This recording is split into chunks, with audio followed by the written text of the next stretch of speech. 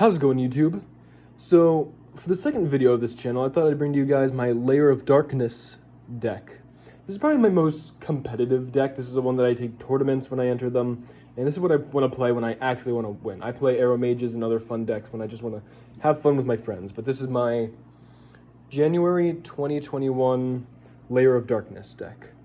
So, if you don't know how Lair of Darkness works, I gotta start off by showing you guys the field spell. It's an obvious 3 of. So all face-up monsters on the field become dark types. And then if you tribute a monster, you can activate this card to tribute a dark monster of your opponent's control. So the whole shtick of the Lair of Darkness monsters and every monster that you play in this deck is that they require a tribute to activate something. And if you have Lair of Darkness on the field, you can tribute your opponent's monsters instead. So it's non-targeting, non-destruction removal, which is a very, very important thing to have in today's metagame. All these monsters that are popular today cannot be targeted or destroyed by card effects, but being able to tribute them off the field is a great way around it. It's a huge counter to cards that are super meta right now, like Dragoon, where you can't target them with card effects, but being able to tribute them off is just, it's why this deck prospers in today's metagame. Unfortunately, you can only use this effect once per turn, and then at the end phase of either player's turn, summon level 3 1,000 tokens equal to the number of monsters that were tributed. So you have this on the field, every monster is dark, and you can tribute your opponent's stuff. And then you play the one terraforming too. But then we're going to go into the monsters. You play one boss monster of Darkest Diabolos, Lord of the Lair, 3,000, 2,000 dragon, so you could use all the dragon support. So it's also really nice for anti-meta. Your opponent cannot tribute or target this card with effects. So it's completely Kaiju, Nibiru proof, and then it can't be targeted by things as well. And then if a dark monster you control is tributed, you can special summon this card from the graveyard. That's a little unfortunate because you do like to use the abilities to tribute your opponent's monsters, but your odds are you're going to have some tokens on your field you can tribute off for this effect. And then if you tribute a dark monster, you can place one card from your opponent's hand on either the top or bottom of their deck. So it's a nice effect. It is a little unfortunate because your opponent gets to choose the card and then they get to choose if they want to put it on the top or bottom. But reducing the cards in your opponent's hand is still always a nice ability. And then you play 3 Lilith, Lady of Lament, the actual best card in this deck. So it's normal summon, it's a 2,000 attack monster, but when it's normal summoned, it goes down to 1,000 attack. So you tribute a dark monster, so it could be either, if you have the field spell, this could be your opponent's monster. You pick 3 normal traps from your deck. Your opponent randomly selects one and you add one to your hand. And I'm going to get into all the normal traps later. But the best part is that this is a quick effect. So you can use it on your turn, then your opponent can end their turn, then you can end your turn. Then the second your opponent starts their turn, you can tribute a monster off their field. And then you get another trap. Being able just to pluck a card off your opponent's side of the field is an extremely overpowered effect. I played the 1 Malice, Lady of Lament. This is how you're going to be recycling your normal traps. You can tribute 2 monsters off the field and then target a normal trap in your graveyard and you can set it to the field. Unfortunately, the field spell only lets you select 1 monster, so if you have the field spell, you can target one of your opponents and one of your own to activate this effect.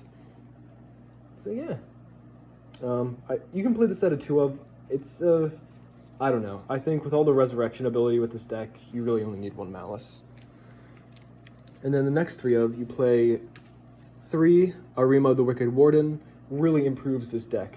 You can tribute this card from your hand, and you can search for a Lair of Darkness and add it to your hand. So it's 3 more terraforming for the deck. And it has actually a couple other effects, which makes it better than terraforming.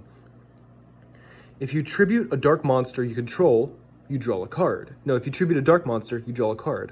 But if you tribute this dark monster off your field, you can add 1 dark monster with 2,000 or more defense from your deck to your hand, which, that's obviously your Diabolos.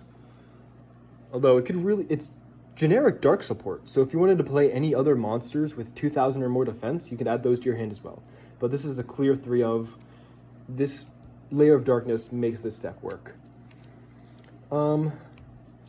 I play 2 Tour Guide from the Underworld and 1 Sangan summon this. You can search for either of your Ladies of Lament, or you can add Sangan to your field, and then you can go into a simple Xyz play just to get things in the graveyard, or get Sangan to the graveyard to activate the effect, to search for a hand trap. But let's say you had a Monster Reborn or a Back to the Front, which is a trap card I'll be showing you later. You use Torgad's effect, you bring out Malice, and then you go into your Xyz, cast off a material, and then revive it. Yeah, it's just a good card to see in your opening hand. And then what makes this deck even more meta is I'm playing an artifact engine with it. So you play the 2 artifact Scythe to lock your opponent out of the extra deck, and your 1 Monarch Moltriarch in case you need to destroy a card on their field.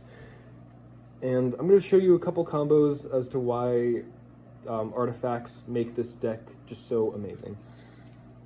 And then you play 1 Effect Veiler, 1 Ash Blossom, just stuff to search with Sangan, and it's just generic support. You can make those, whatever. You're going to play 3 Lair of Darkness. I don't need to explain why this is so amazing. And you also play the 1 Terraforming. You play 3 Super Poly. This is a Super Poly, by the way. Shut up. You play 3 Super Poly because the field spell makes everything on the field dark. So activating a Super Poly can allow you to go into your Predaplant Fusion monsters. So being able to pick 3 cards off your opponent's side of the field is for a huge, huge monster. And you play some other fusion monsters too if you can. But yeah, 3 Super Poly, just more plucking, quick effects. 1 Monster Reborn, 1 Foolish. Use your Foolish to send Diabolos to the graveyard, Monster Reborn to get any of your monsters back. And then you play the 1 Metaverse, just reinforcing getting Lair of Darkness to the field. So that's it for the spells. The rest is going to be dedicated to traps. Because like I said, this deck revolves around reviving normal traps. So I have a large setup of normal traps. And the best part about this deck is that these could be anything that you want. Any normal trap that is seeing a lot of play, you can switch in. There's only like 2 traps, 2 or 3 traps that I think are must plays. Everything else is up to your own choice. So 3 Artifact Sanctum, it lets you search out one of your artifacts and activate its ability. It's great turn 1, in your starting hand you set this, during your opponent's turn you activate it, you get Scythe out on the field and they can't access their extra deck for the turn. So it usually just catches your opponents with their pants down. They're not going to be, if they're like trying to set up for a Needle Fiber play or basically anything. They're going to have their tuners on the field, you activate this, they can't go into any Synchro monsters or Link monsters. So it's a great way to catch your opponent. And if this card is destroyed, you get to destroy a card on the field. So just a little extra help. I play 3 Back to the Front. This is one of the 3 must-play cards. Just for reviving all of your monsters. It's really easy. Target a monster in your graveyard, special summon it in defense position. So the play that I like to do is use Sanctum, you search Scythe, lock your opponent out, then you use one of your effects, then you somehow get Malice to the field, activate Malice's effect, tribute Scythe off the field. Even when the Scythe leaves the field, they still can't access their extra deck. So then you use Lilith's effect, you search for 3, it doesn't matter, you will get 1 because they have to pick one of the 3. And then you activate this next turn, revive Scythe, and it keeps locking your opponent out. And then if you need to, you can use Malice to keep recycling your traps. So it's a nice engine when it gets going, and it can really cripple your opponent. 2 Ballista Squad. This comboed with the field spell makes for a great combo. Tribute a monster, destroy a card your opponent controls. So you activate Ballista Squad, you activate your field spell, you tribute a monster they control, and then you can destroy a card on their field. So double destruction. It's a great card. So those are all the cards that are must-plays for the deck. Everything after this is totally my interpretation of what I think is good. I play 2 Lost Wind. Target a special summon monster on the field, negate its effects, and half its attack. And then if a monster is special summoned from the extra deck while this is in the graveyard, you can set it, but banish it when it leaves the field.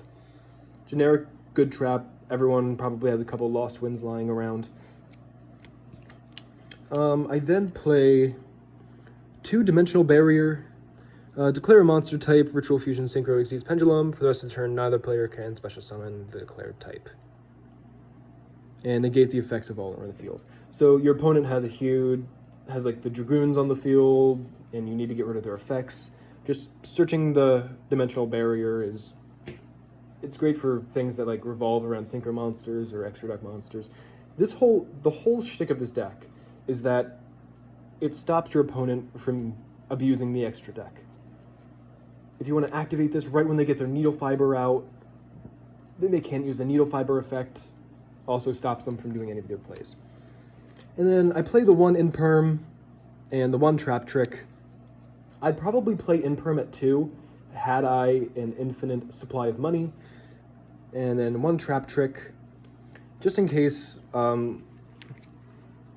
like you're back to the fronts, your opponent already uses one, so then you have this. Then you can choose your 3 traps to be Trap Trick and a 2 of, and then you're also guaranteed that trap also. Playing 2 Trap Tricks wouldn't be bad. I just think you only need one because there's still a 66% chance that you're going to draw the card that you want. And this goes the same for any other 2 of. That's why I'm only playing a couple 2 ofs. Like if you desperately need Ballista Squad and you only run 2 copies, you choose your 2 Ballista Squads and a Trap Trick, and you're guaranteed your Ballista Squad. So that is it for the main deck. This isn't exactly the version that I play on Dueling Nexus on the stream. On the stream, I have 3 pots of Extravagance, just because that doesn't require you to pay. But no, Pot of Extravagance would be a great card to add to this deck. Yeah, probably another Imperm, but I do not have infinite money. So, yeah. So for the extra deck, you play 2 Predaplant, Triphyalogia, whatever this card is actually pronounced. I've never actually heard the proper pronunciation. But you play 2 of him, just 3 dark monsters on the field are the requirements. So just pulling 3 dark monsters off your side of the field, because remember, the field spell makes every monster on the field dark. That's face up. And then gain attack. The rest is just stuff for people that have Predaplant counters on them. But if your opponent special summons a monster from the extra deck while you can control its fusion card, you can negate the summon. So he does have a really nice counter to more extra deck monsters, which actually works really well with the rest of the deck, with the synergy. 1 Predaplant, Drago, 1 fusion monster, 1 dark monster, just pulling stuff from your opponent's side of the field. You can target a face-up monster your opponent controls. You can place Predaplant counters on it. So if really you did want to start using Predaplants, you can use this effect to put counters on the field, but I've never, in the year that I've played this deck, actually used its effect to put Predaplant counters on things. And then you play 2 Starving Venom, 2 Dark Monsters. So this is if your opponent just doesn't have enough monsters. You can go into Starving Venom. And then it actually has an amazing, amazing effect. So it gains attack equal to one of your opponent's special monsters, and then once per turn you can target a level 5 or higher monster your opponent controls. Its name becomes that card, and then you can destroy your opponent's special summoned monster. So obviously in this metagame, every single card is probably special summoned, so being able to just destroy a monster. And it's not targeting, I don't believe. Yep, non-targeting. So that's it for the Predaplant cards. Throw that over there in the deck. You play 2 Earth Golem at Ignister, a Cyberverse monster and a Link monster. I actually don't even know what his effect is. I've never read it. He's just a super poly target. And then you play the 1 Mudragon of the Swamp. This is for using super poly when you don't have the field spell out. It's just 2 monsters of the same attribute but different types. So that's all for the fusion monsters. Then for the Link monsters, just 3 of them. I play 1 Artifact Dagda. Helps your artifact engine if you need to get Scythe out on the field real quick. And then it can help you set your... It also gets rid of your artifacts that are set on the field and you don't know how to get rid of them. You never want to draw into your artifacts, which is why I play so little of them. I play 1 Wee Witch, just generic dark support for when your field spell is not out. Because when your field spell is out and everything's a dark monster, then We Witch gives an attack boost to every single monster. So, just generic dark. And then one Beat Cop. It's really nice. Link summon using 2 dark monsters. You can tribute a monster, so this is actually being able to tribute your opponent monsters again. Target a face-up card on the field, put one patrol counter on it, and then it cannot be destroyed by battle or card effect while it has that counter. And if it is, then you can remove the counter. So Beat Cop's a nice one. I've been saved a couple times. And then the last 2 cards are 2 DDD Stone King Darius, 2 level 3 Fiend monsters. So you get out your Tour Guide. You use Tour Guide to special out a Sangan or any other level 3 Fiends.